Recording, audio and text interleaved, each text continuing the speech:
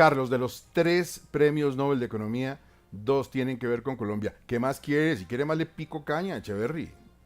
Pues así es, vea, los premios Nobel de Economía de este año, que son James Robinson, muy cercano a Colombia, Daron Acemoglu, también cercano a Colombia, y Simon Johnson, se han dedicado a averiguar por qué hay pobreza y por qué hay riqueza, porque unos países son más pobres y otros más ricos. Para poner esto en contexto de la gente, les voy a dar, digamos, las grandes teorías. Una dice, es la geografía. Es que si usted nace en el sur, es diferente si nace en el norte. Otra dice, es la tecnología. Es que si usted nace donde hay inteligencia artificial versus donde no la hay, o pues máquina de vapor, etcétera, hace 200 años. Otro es el comercio. Usted se tiene que abrir al comercio. Y estos señores llegaron con una teoría nueva y muy interesante que fue las instituciones. ¿Qué son las instituciones? Que haya los derechos de propiedad sean firmes, que si usted tiene una cosa no se la quite el gobierno, no lo expropien, el imperio de la ley, que usted tenga como uno de los jueces y que los jueces lo hagan respetar, la democracia y compartir el poder, que no haya un dictador que se quede como Chávez o Maduro, pues 20 o 30 años, no, sino que haya alternancia. Entonces, este fue el premio Nobel, premia esa visión de las instituciones y como usted dijo, Jim Robinson ha estado casado con colombiana, ha estado visitando la Universidad de los Andes y muchas universidades de Colombia. Todos los veranos casi viene a la Escuela de Verano de los Andes, fue profesor durante un año entero, estaba en los Andes, yo era decano en ese momento y él dictaba clases. De hecho, me ayudaba con un curso que yo tenía que se llamaba justamente Pobreza y Riqueza. Quiere a Colombia muchísimo y ha escrito muchísimo sobre Colombia y tiene una vacada, tiene una horda de estudiantes que se ha llevado a MIT, a Chicago, a Harvard, ha ayudado a que mucha gente entre a las mejores universidades del mundo, de la mano obviamente de Daron Acemoglu. De manera que estos dos economistas han desarrollado no solo pues una teoría impresionante, impactante, que tiene críticos, pero que es muy buena y hay que leerla, sino también ha desarrollado a los economistas colombianos, a las instituciones colombianas. Muchos presidentes hablan con Jim Robinson, lo tienen como asesor y como consejero, y pues participa en el debate de Colombia, de manera que es un premio Nobel con dos personas muy cercanas y pues Jim Robinson, como se conoce, muy, muy cercana a nuestro país y al medio académico colombiano, Gustavo. De esposa colombiana y todo. Echeverry, esos premios Nobel siempre vienen con un mensaje de fondo. Ese tema de Robinson, hablando tanto sobre Colombia, sobre América Latina, sobre la importancia de las instituciones, etcétera, ¿lleva un mensaje cifrado de golpe para Venezuela? Sí, ¿sabe qué? No, yo creo que el mensaje cifrado es para Estados Unidos. Yo creo el mensaje cifrado y para Europa. Hoy por hoy en Europa están en ascenso todos estos gobiernos, o por lo menos movimientos de extrema derecha y también algunos de extrema izquierda. Hoy por hoy los hombres fuertes tipo Putin y Xi Jinping están de moda y pues Orbán en Hungría y por supuesto vienen unas elecciones en Estados Unidos donde hay una tensión de ese estilo y yo creo, y se me hace un muy buen punto, Vanessa, se lo agradezco, que este es un mensaje de instituciones, de imperio de la ley, de democracia, de compartir el poder, de alternación, etcétera. De manera que yo sí creo que el premio Nobel tiene ese mensaje profundo y le agradezco. Yo creo que tiene mucho más que ver con Europa y con Estados Unidos, aunque, claro, en América Latina el mensaje es cierto. Se criticó, de hecho, a Daron Acemoglu, que hace poco firmó una carta en apoyo del gobierno brasilero y hoy, de hecho, hay un artículo en un periódico norteamericano, en el Wall Street Journal, en que un profesor muy reputado lo critica a Daron Acemoglu por un poco ayudar o darle soporte a gobiernos como el de Bolsonaro, como el de Lula, que no son precisamente los más democráticos. Pero usted tiene razón, hay un mensaje cifrado. 7:50. Una de las cosas, Gustavo, que es muy interesante de James Robinson es un ensayo que escribió. El ensayo además es un ensayo académico, por supuesto, pero es fácil de leer y fácil de entender. Tiene una traducción de Luis Jesús Bautista que se llama Colombia, otros 100 años de soledad. Lo escribió en el 2012, cuando estaba terminando el gobierno Uribe, probablemente los primeros meses del gobierno Santos. Y una de las cosas que tiene el artículo es que le pega una atendida al que en ese momento era el senador Juan Fernando Cristo.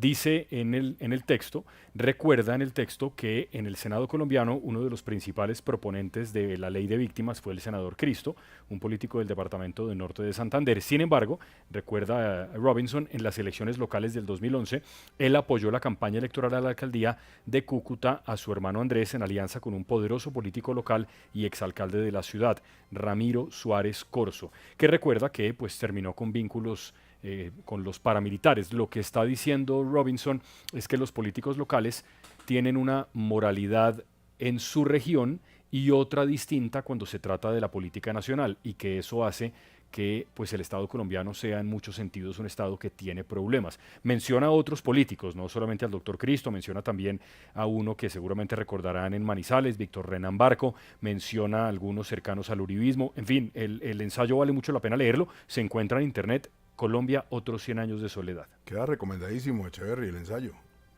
No, pues buenísimo. En ese momento fue al principio del gobierno Santos y yo justamente le hice comentarios al ensayo en esa época, de manera que, bueno, o sea, estamos de plácemes porque Jim Robinson es un gran amigo de Colombia, gran amigo de la Universidad de los Andes y bueno, tiene teorías un poco duras, es una visión un poco pesimista, es lo que yo siempre le decía a Jim. Su visión es un poco pesimista y bueno, todo viene de hace 500 años, entonces ¿cómo lo cambiamos? O sea, si uno quiere ser un poco optimista frente a Colombia, frente a América Latina, pues es una visión, digamos, sombría, pero no quiere decir que no tengan mucha razón y que no haya que leerlos, es gente muy profunda, pues se merecen el Nobel. Pues es que, Gustavo, son los Díaz Mateus, los apellidos que han salido a relucir porque, recordemos, hoy el gobernador es el hermano de Iván Díaz Mateus, quien fue condenado por concusión precisamente en el caso de la Yidis política, porque se comprobó que habría presionado a Yidis Medina para votar a favor de la reelección, del segundo periodo de reelección del entonces presidente Álvaro Uribe Vélez. Ahora sale al baile la hermana porque supuestamente le habría otorgado la libertad a alias Pichi en 2 ocasiones. Ahora, Gustavo, de los Aguilar, pasamos a mencionar en Santander a los Díaz Mateus todos los días. Bueno, vamos del lado de los buenos porque habrá relevo en la JEP. Bueno, Pronto. esto es súper importante porque hoy los 38 magistrados se reúnen de la sala plena, se reúnen para escoger quién va a ser el próximo presidente de la Jurisdicción Especial para la Paz, que sería el cuarto. La primera fue la doctora Patricia Linares, bueno, vino posteriormente el doctor Cifuentes, luego el doctor Vidal, y ahora los candidatos son los siguientes. Está Reinier Jaramillo, que es abogada, que es además la única mujer que está ahí en esas posibilidades, una mujer que tiene gran experiencia en el Comité Permanente por la Defensa de los Derechos Humanos y también su paso por la alcaldía local de Sumapaz en Bogotá. Fue subdirectora de la Administración Inmobiliaria en el Departamento Administrativo de la Defensoría de Espacio Público. Danilo Rojas también, un hombre pues que sabe muchísimo de derechos humanos. En su currículum aparece como especialista en Derecho Público Administrativo, presidente del Consejo de Estado, vinculado a organismos como el Consejo Noruego para Refugiados y también la alta oficina para el Comisionado de las Naciones Unidas. Y Alejandro Ramelli. Alejandro Ramelli es un personaje muy, muy importante, Gustavo, porque fue el gran investigador de los falsos positivos. La persona, si usted quiere, en derecho en Colombia, que más sabe sobre los desaparecidos de los falsos positivos fue el doctor Ramelli, que además ha pasado pues por todo lado. Él tiene vinculación con las 3 altas cortes, fue magistrado auxiliar de la Constitucional, también fue fiscal delegado ante la Corte Suprema de Justicia y fue magistrado auxiliar del Consejo de Estado, que en la sección quinta, que era la encargada de decidir sobre la legalidad de los actos de contenido electoral.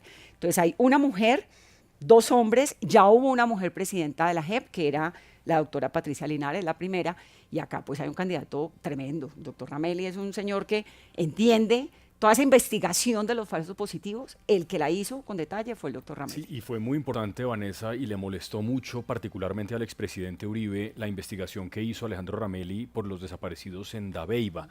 Porque el magistrado Ramelli, que además fue magistrado también auxiliar de la Corte Constitucional, dijo en su momento que un desaparecido que él le entregó a la familia lo habían asesinado haciéndolo pasar por un falso positivo. Increíble. Y el expresidente Uribe alegaba que eso no era verdad y que el señor sí era guerrillero. Esa investigación la hicimos en 6 AM y finalmente se determinó que en efecto, como decía el magistrado Ramelli, sí era un civil al que habían matado y habían enterrado en el cementerio de Dabeiba, de manera que yo estoy con Vanessa, probablemente de los 3 nombres, el que más ha trabajado los casos de alto valor en la JEP es el magistrado Pero Ramelli. que los otros dos les quedan muy agradecidos. No, No, pero- no, también por el todos. apoyo. Lo Todos, que pasa es que en un obviamente, momento en pero- el que la historia, digamos, de Colombia, de los desaparecidos de Colombia, que es una cosa tan dramática, ¿no? Vinculados a los falsos positivos, lo empezamos a escuchar y lo empezamos a ver y comenzamos a escuchar y hablar de esto todos, fue por cuenta de Alejandro Ramelli, por eso el valor que tiene, ¿no?